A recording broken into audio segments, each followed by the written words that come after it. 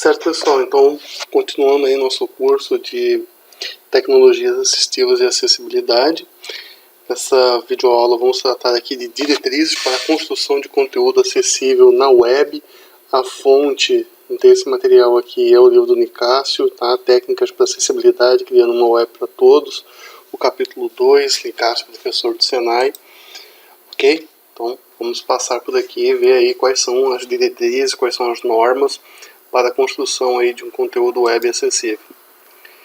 Então, assim, o problema da falta de acesso, de acessibilidade, né, em páginas web ocorre justamente entre os componentes de usuário e conteúdo. Claro, né? Você elabora um conteúdo e o usuário tem uma dificuldade no acesso, então a falta de acessibilidade ocorre nesse meio do usuário e o conteúdo, tá? A dificuldade é um reflexo de um relacionamento fraco entre dois ou mais componentes da web, um vínculo fraco entre o desenvolvedor e a ferramenta de criação pode acarretar um conteúdo mal formatado. Então, se vocês devem se lembrar, na aula passada tratamos sobre isso também, qual é o framework que você vai selecionar, que você vai desenvolver aí o seu material, que você vai desenvolver o seu website. Tem que ser algum que vai implementar aí acessibilidade, senão claro, se demandar, se é um website para um grande público, provavelmente vai demandar aí acessibilidade e você tem que escolher aí seu framework da forma mais correta possível, tudo bem? O quadro piora se ferramentas de validação de conteúdo não se basearem em regras claras para poder avaliar o conteúdo adequadamente. Por esse motivo, a melhor solução para garantir que todos os componentes funcionem harmoniosamente é estipular conjuntos de regras que mostrem claramente os pontos críticos de acessibilidade. E para isso existe aí, tem vários documentos, né, na web que falam sobre ele. A gente vai falar aqui sobre a W3C. Vocês devem saber aí que a W3C é um órgão independente que determina aí algumas regras na internet, né? Vamos ver aí o que slide traz pra gente, né? Existem vários documentos internacionais que propõem regras de acessibilidade para a web com o propósito de orientar desenvolvedores de ferramentas de criação, ferramentas de avaliação e desenvolvedores de conteúdo. Todos, no entanto, se baseiam em diretrizes da W3C, tá? Então, assim, existem vários documentos, porque tem, assim, os grupos principais, mas tem aqueles que não concordam, acabam indo para o outro lado também e acaba estabelecendo outro tipo de norma, tá? Aqui a gente vai falar das mais comuns. Por esse motivo, iniciamos aqui o capítulo, né, iniciamos essa parte aqui, com as diretrizes da W3C, como é que elas estão organizadas. E aí, vamos lá, vamos ver aqui quais são essas normas. A W3C, W3 Consortium, né, que estabelece aí as especificações para tecnologias web, tá, como HTML, XHTML, CSS, entre outras. Tá? E aí tem uma iniciativa WAY, ou Y, que seja, né, que é o Web Accessibility Initiative, é o W3, em cima do W3C, né, ela estabelece, desenvolve diretrizes para acessibilidade na web. Existe também aqui outros Y aqui, tá? Outros grupos que estabelecem essas diretrizes, mas o Y aqui é o mais importante, porque ele está intimamente relacionado aí com a W3C. Existem diretrizes específicas para diferentes grupos de componentes. Vamos dar uma olhadinha nessas diretrizes aqui. E a gente vai falar sobre duas aqui, eu destaquei, tá? A WCAG e a IMAG, que é brasileira, né? Acabou até dando um probleminha aqui, deixa eu fazer uma correção, né? Pronto, voltando aí. Tá? Então tem aqui a ATAG, que é destinada a fabricantes de ferramentas de criação de conteúdo. Então, por exemplo, o criador lá do WordPress, por exemplo, ele está subordinado e vai consultar essas diretrizes aqui para desenvolver aqui o seu conteúdo. Essa aqui é a mais utilizada para os desenvolvedores de página web. Ela também é consultada por desenvolvedores de conteúdo, mas principalmente aí para usuários de página web. Então vocês aí, muitos dos trabalhos de conclusão de curso no IF acabam sendo aí um sistema para fazer alguma coisa. E acho que eu já devo ter comentado isso alguma aula anterior, né? Mas, então, para vocês aí, geralmente vai ser isso aqui, tá? Então por isso que eu destaquei ela, que a gente vai dar alguns exemplos, depois eu mostro a página para vocês, onde é que vocês podem consultar mais conteúdo, e eu vou dar alguns exemplos, alguns exercícios aí, para vocês darem uma pesquisada, tudo bem? Então, essa outra regra aqui, essa outra diretriz, né, é destinada a desenvolvedores de web browsers, player de mídia. Então aqui, ó, aqui é o desenvolvedor da ferramenta de criação de conteúdo, como aí esses wiki da vida, do Moodle, WordPress e por aí vai. E aqui é para o desenvolvedor do web browser, tá? O Google, a Microsoft, né, que desenvolve aí o Chrome, o Mozilla também, aí todos os navegadores vão consultar essas diretrizes, tá? Então assim, porque os web browsers, players de mídia também precisa ter aí suas opções de acessibilidade, precisa ter seu conteúdo acessível, você também precisa ter um mínimo de um padrão também entre eles, né? Não tem como você fazer um site para cada navegador, você tem que tentar fazer o mais compatível possível, mas os navegadores têm que ajudar também, né? Se cada um lê de uma forma, fica impossível. E a EMAG aqui, que é o modelo de acessibilidade do governo brasileiro, então é um documento que foi estabelecido há alguns anos atrás, aí ele é norteador no desenvolvimento e adaptação de conteúdo digital do governo federal, garantindo acesso a todos. E esse EMAG aqui, ele é importante, ele é sensivelmente importante aqui para a gente, porque o governo brasileiro ele não vai adquirir, não vai colocar nenhum software, nenhum website no ar que não esteja dentro desse modelo. Então, se por um acaso você chegar que não atendam às diretrizes desse modelo, né? Se por um acaso você chegar a ter um contrato aí com o governo federal e os governos estaduais, municipais acabam herdando também essas diretrizes aí, né? Se você não seguir essas normas aí, provavelmente você vai ter dificuldade na hora de validar seu software, seu website. Então vamos trabalhar aqui primeiro com a WCAGE, né? A WCAGE ela tem 4 itens norteadores e eles têm várias diretrizes, cada um deles, tá? Que é a percepção, operação, compreensão e robustez. Então a percepção é as informações do componente da interface do usuário devem ser apresentáveis de forma que esses possam perceber. Então assim, a percepção, essa diretriz aqui vai tratar da percepção, como é que o usuário vai perceber essa informação. Ok, o site, o usuário vai perceber, mas a gente está trabalhando aqui com tecnologia assistiva. Lembre-se que seu usuário pode ser uma pessoa surda, uma pessoa cega, uma pessoa com algum tipo de deficiência intelectual, por aí vai, tá? Operacionalidade trata de como a navegação deve ser operável, né? Então, por exemplo, tem aqueles menuzinho suspenso, cheio de graça, né? Geralmente feito lá com JavaScript e por aí vai, né? Aquilo lá é um pesadelo para uma pessoa uma pessoa cega que vai utilizar um software de acessibilidade, ele não consegue navegar naquilo, ou seja, toda a sua operação deve ser possível de ser feita também pelo teclado. Então dá uma verificada nisso aí quando você está montando aquele menu super lindo lá, né? E muitos desses aí também, pelos alguns portais aí de conteúdo, alguns criadores, umas ferramentas aí, né, de gerenciamento, como o próprio WordPress aí, que eu repito várias vezes, o Moodle também. O Moodle já é bem mais acessível, né? O Moodle tem uma acessibilidade bem legal aí. A gente vai ver mais pra frente alguns softwares para validar a acessibilidade aí, e aí vocês vão poder fazer uma comparação melhor. Vai ser um exercício também. Compreensão, né, as informações e o funcionamento devem ser compreensíveis, então ele precisa perceber, ele precisa conseguir operar, ele precisa também compreender. E o último ponto aqui é a robustez, que o conteúdo deve ser significativamente robusto para poder ser interpretado por uma grande variedade de agentes utilizadores, incluindo tecnologias de assistência, tecnologias assistivas, né? E aí a gente fala também, já comentei sobre o Linux, né, um navegador para Linux que funciona em modo texto. E aqui, isso aqui tem diretriz para tudo, tá, pessoal?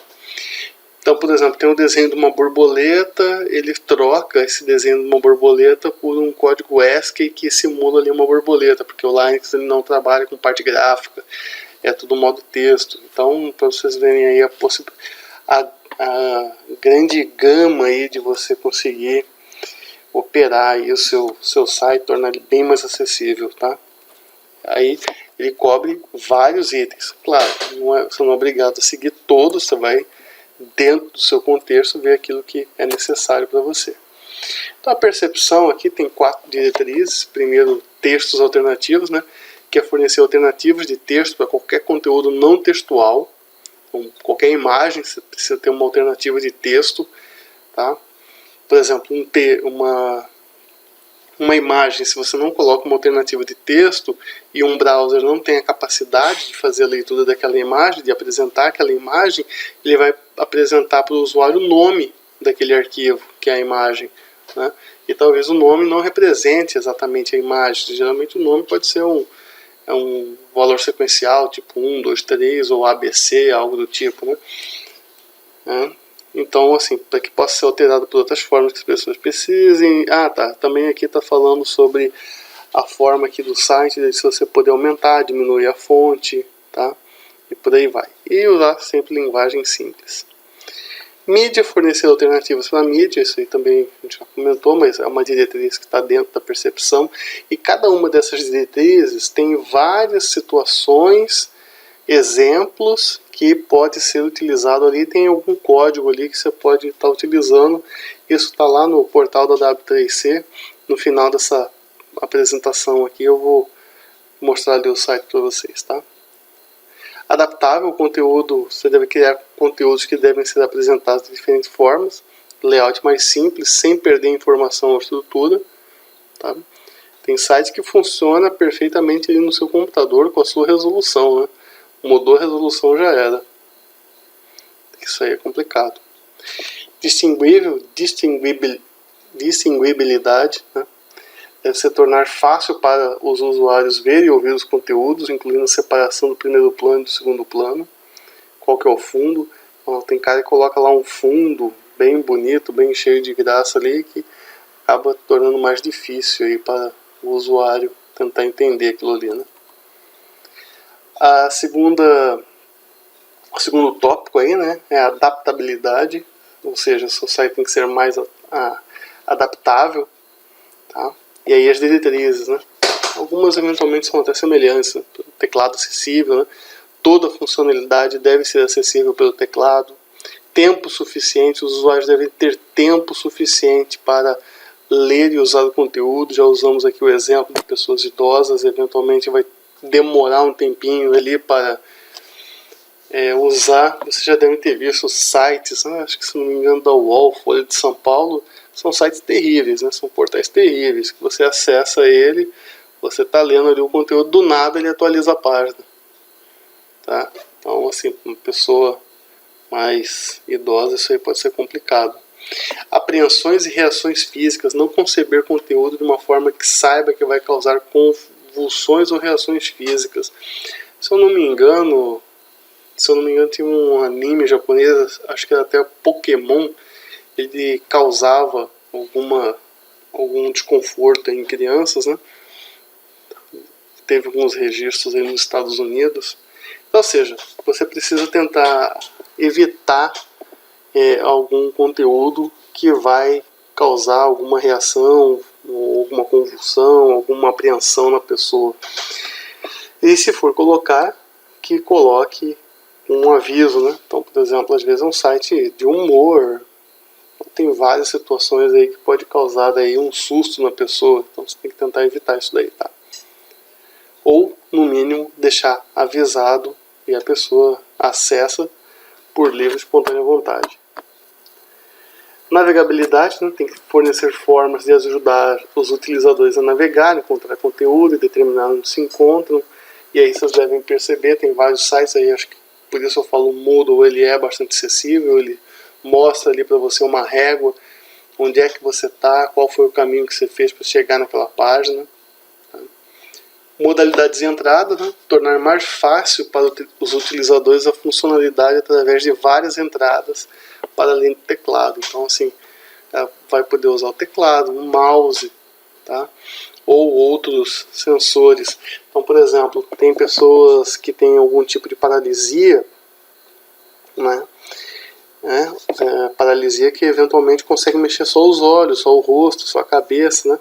E aí ele consegue utilizar ainda assim mesmo o computador por meio de uma webcam. Aí você vai ter uma webcam ali que vai fazer a captura ali do movimento do rosto da pessoa e ele vai conseguir navegar.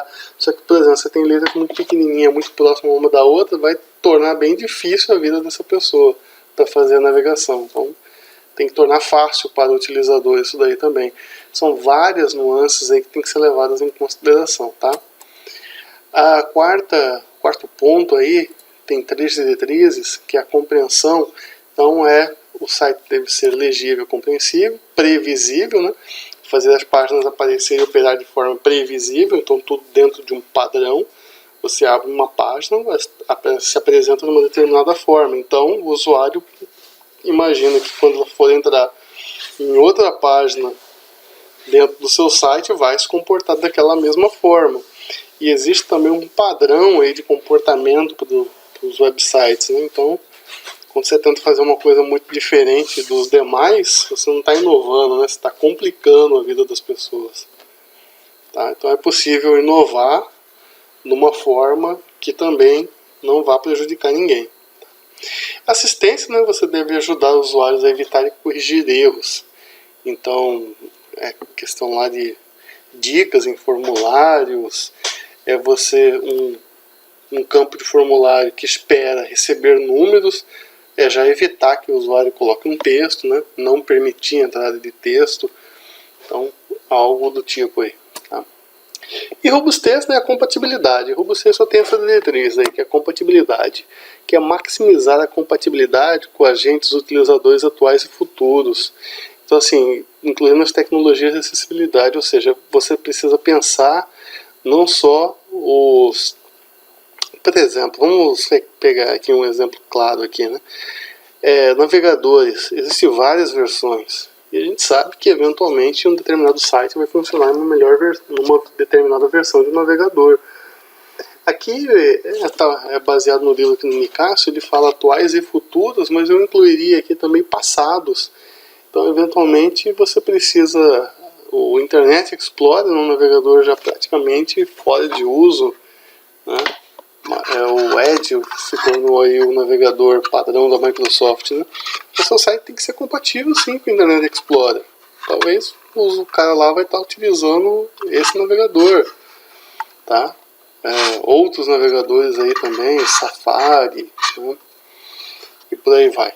Tudo bem? Então tem que pensar nessa compatibilidade atual e futura.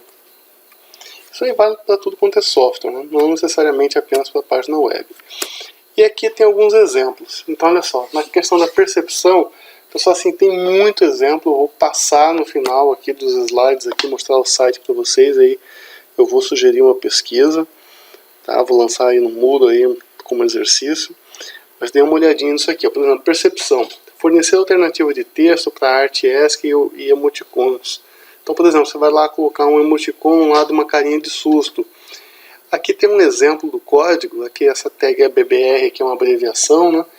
Ele, por exemplo, essa imagem que fright.gif seria aí tem até o nome aqui, né, da imagem, seria um sustinho, uma carinha, um emoticon de susto, né? Daí você pode apresentar ela dessa forma aqui também, só escrevendo, né, o susto, ou também utilizando esse códigozinho ASCII aqui, né, que seria tipo 2 olhinhos abertos, uma boca aberta aqui, né, algo do tipo. Por quê? Voltamos àquela situação, né? Determinados navegadores não vão conseguir reproduzir a imagem, tá? E usuários de acessibilidade não vão nem ver isso aqui também. Vai aparecer aqui igual 8 menos 0. Tá? Nem todo usuário cego que vai utilizar aí um software de acessibilidade vai entender que isso aqui é uma carinha de susto.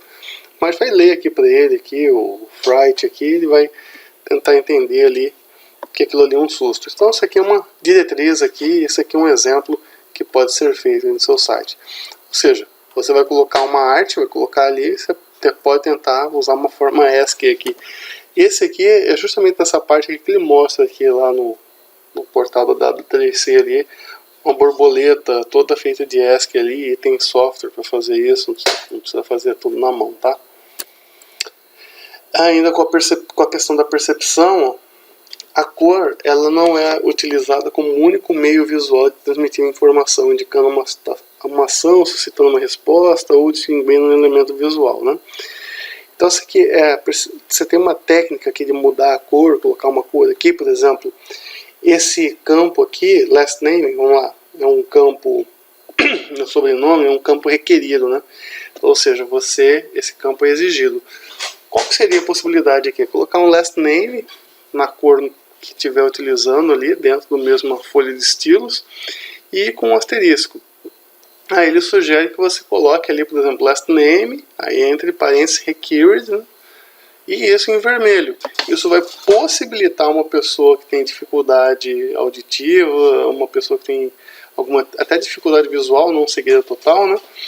Mas ele vai estar numa determinada cor. E aí, se a pessoa, por exemplo, é totalmente cega, que ainda vai ler o required. Então, ou seja, são várias formas de você transmitir uma determinada informação para uma pessoa talvez aí com baixa visão ou mesmo com um tipo de deficiência intelectual. A partir do momento que ele percebe uma coisinha vermelha aqui diferente dos demais campos de formulário, ele vai ver que aqui tem que prestar mais atenção, certo? Então, ou seja, olha só, é uma coisa bem simples, só modificou a cor e acrescentou um required. Então, a acessibilidade ela não é uma coisa de outro mundo, não exige aí um conhecimento muito avançado, simplesmente entender qual é a necessidade do seu usuário e tentar transformar isso para facilitar a vida dele, tudo bem? A adaptabilidade, então olha só, aqui é um exemplo, acho que a gente já até comentou na minha aula anterior, ou na primeira, que é, por exemplo, aqui eu quero escrever museu separadinho assim, então ao invés de dar um espaço, eu posso colocar aqui um espaçamento maior aqui, tem aqui o H2, né, letter space, direto aqui na nossa folha de estilos aqui do CSS. Aqui eu tentei traduzir, né, mas o sisteminha aqui manteve aqui a versão em inglês ali, tá? Mas assim, nessa folha de estilo, esse espaçamento aqui, ele vai aumentar o espaçamento entre as letras, mas vai aumentar o espaçamento entre as letras, mas continua sendo a mesma palavra. Então, olha a diferença de você escrever dessa forma, tá? E colocar espaços. Por exemplo, aqui, um software de acessibilidade, ele vai ler museu, tá?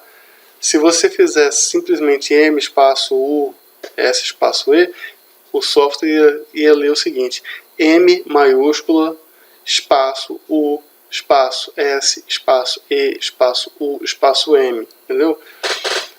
É bem difícil. Além do mais, tem um tempo que o software demora para fazer essa leitura, tá? Então assim, uma pessoa que enxerga, bateu o olho aqui praticamente instantaneamente. São alguns milissegundos o tempo de compreensão disso aqui. A pessoa que é cega, o software vai ler, isso aí vai demorar uns segundos.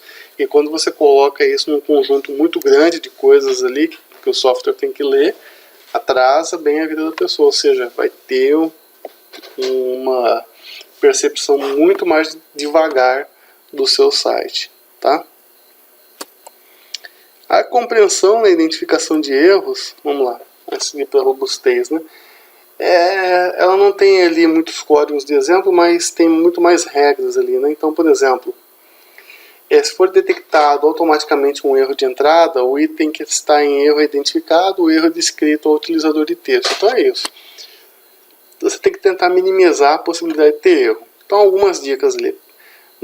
Na hora de preencher um formulário, introduza deliberadamente dados do usuário que não se enquadram no formato ou valores requeridos. É aquela questão, vamos pegar, você pede que o cara insira seu CPF. Ele pode inserir o CPF e vai inserir de várias formas. Alguns vão colocar pontos, alguns vão colocar aquele hífen, alguns vão colocar só os pontos, não vão usar o hífen, alguns vão colocar só os números, tá? Então, ou seja, você precisa permitir que o usuário informe os dados em todas essas formas, tá? Tem site, por exemplo, você vai lá, digita CPF 000.7, por exemplo.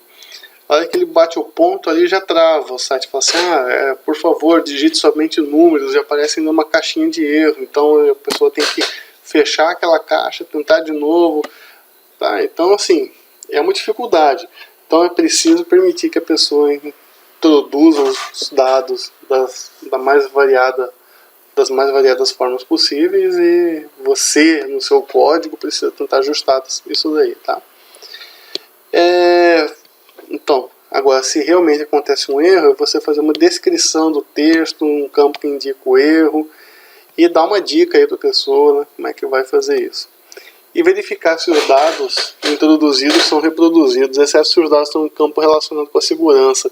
Então, de repente, o usuário submete um formulário, aí o ideal é que você tente recuperar todas as informações que o usuário já digitou ali e mandar ele corrigir só onde ele errou, tá? Não ter que preencher todo aquele formulário novo, exceto campos relacionados com segurança, como por exemplo campos de senha.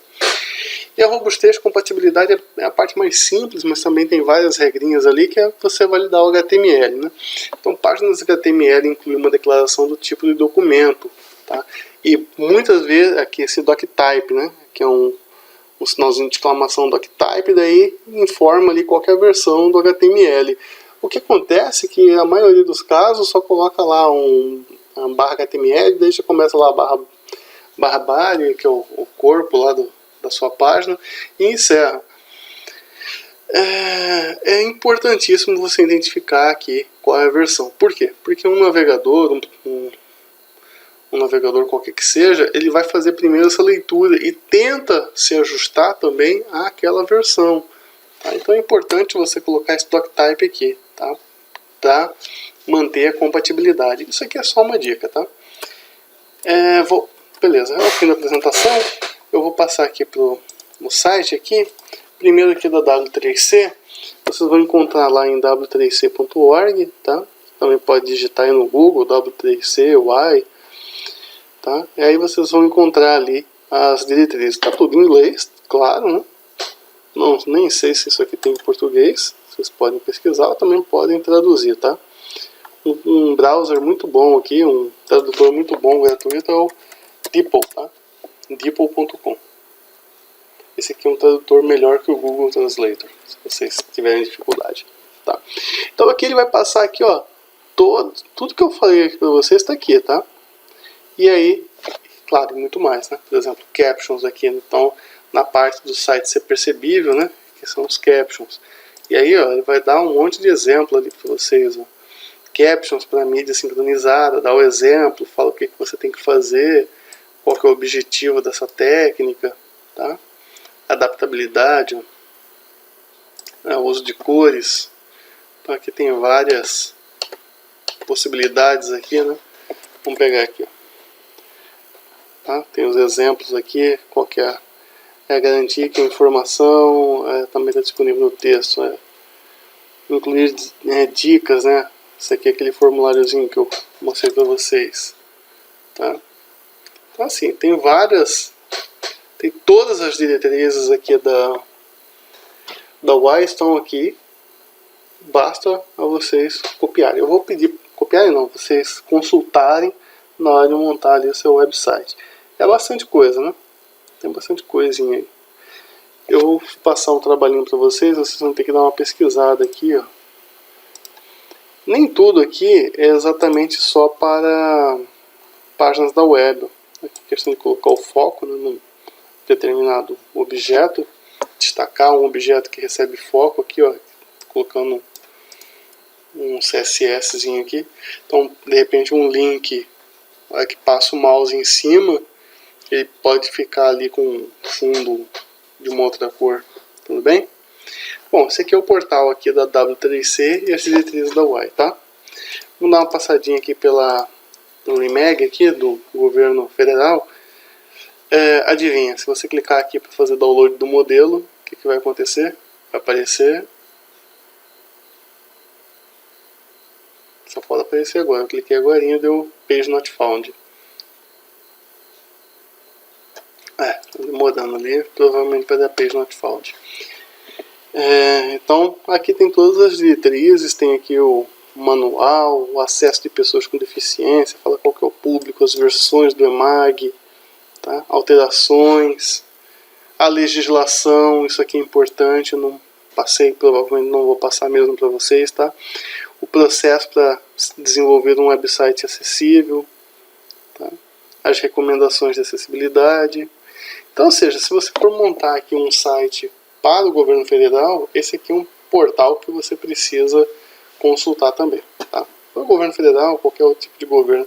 Tem muitos exemplos aqui, tá? Aqui, ó, ele passa aqui, ó, marcação adequada de cabeçalho, então ele te dá aqui qual que é o tamanho ideal aqui, por exemplo, Portal Brasil, o H1, aqui a lista ordenada, listas, sugere também que a lista tenha uma ordem sequencial legal, ordem alfabética, o tamanho aqui da fonte aqui, H3, para o título de uma notícia. Então tem todas as regras aqui, tá? Ok, pessoal? Então eu vou deixar aqui, ó, um exemplo. Então beleza, eu vou deixar uns exercícios para vocês. Também está acessível em Libras, né? E essa acessibilidade em Libras aqui já é mais complicadinha de implementar. Vou fechar ali, ó, não rodou, tá vendo? Não rodou, ó. Aqui é a parte do manual. Desculpa, mas essa página não existe, né? Então a gente vai ter que encontrar esse manual depois, que provavelmente está aqui, né? Vamos ver se aqui ele... Ah, tá aqui. Beleza.